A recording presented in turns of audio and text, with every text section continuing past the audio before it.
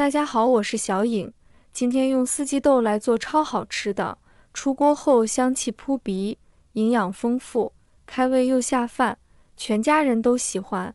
接下来跟着我的视频，一起来看一看具体怎么做的吧。首先，我们来准备一把苗条的四季豆。挑选四季豆时，一定要挑选这种颜色鲜亮的四季豆，表面光滑，没有黑斑、皱缩或破损。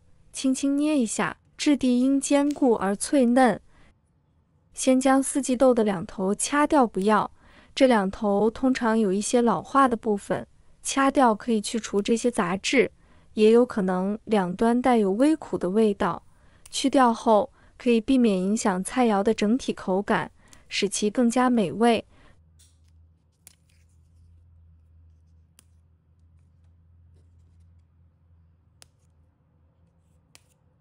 全部处理好后，把四季豆放入清水中，加入1勺的白醋，把四季豆搓洗一下，加白醋可以帮助去除表面的农药残留，帮助保持青菜的脆感，使其炒熟后更加爽口，还能保持蔬菜鲜嫩，避免水分因氧化而流失。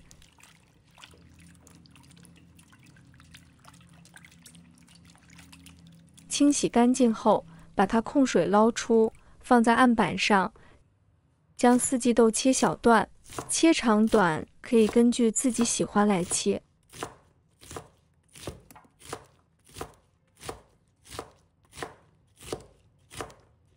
切好后，将它放入盘中备用。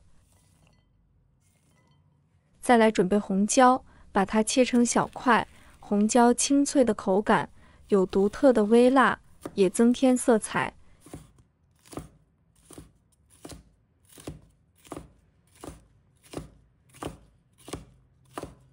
切好后，将它放入盘中备用。再准备一把大蒜，把它拍碎。再准备一块生姜，也把拍碎。再把它们切成末，让姜蒜的香味更好地释放出来。切好后，把它放入盘中备用。再准备一块鸡胸肉，先把它切成片。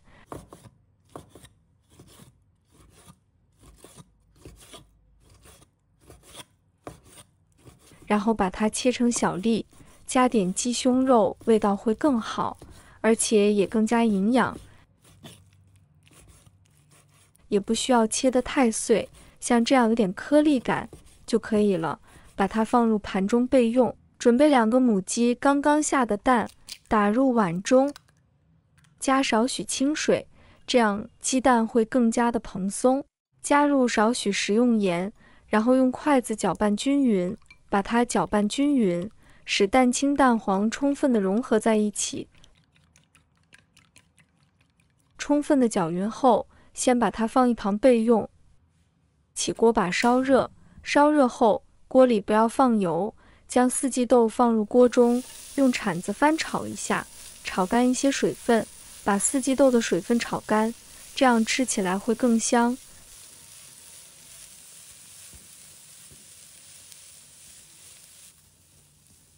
将四季豆炒约1分钟后，出锅备用。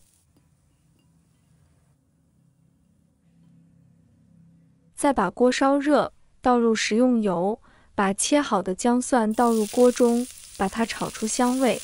亲爱的朋友们，制作视频不易，小颖每天都会分享简单实用的家常菜。如果今天这个视频对你有所帮助，记得给小颖点个赞哦，或者留言转发一下，非常感谢大家的支持。然后将鸡胸肉加入锅中，翻炒均匀，直到鸡胸肉变色。加入它不仅能提升菜肴的味道，还能使营养更加丰富。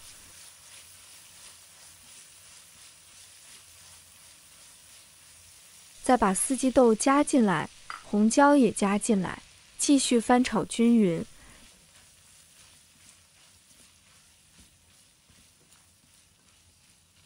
然后加一点点的食用盐，半勺的鸡粉，1勺的生抽，适量的蚝油，继续翻炒均匀，将所有的食材炒至入味。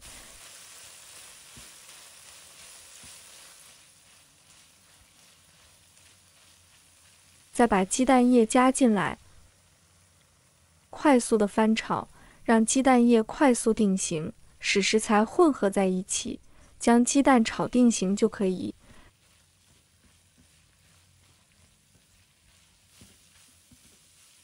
定型后能闻到鸡蛋的香味，然后关火，将菜盛出装盘。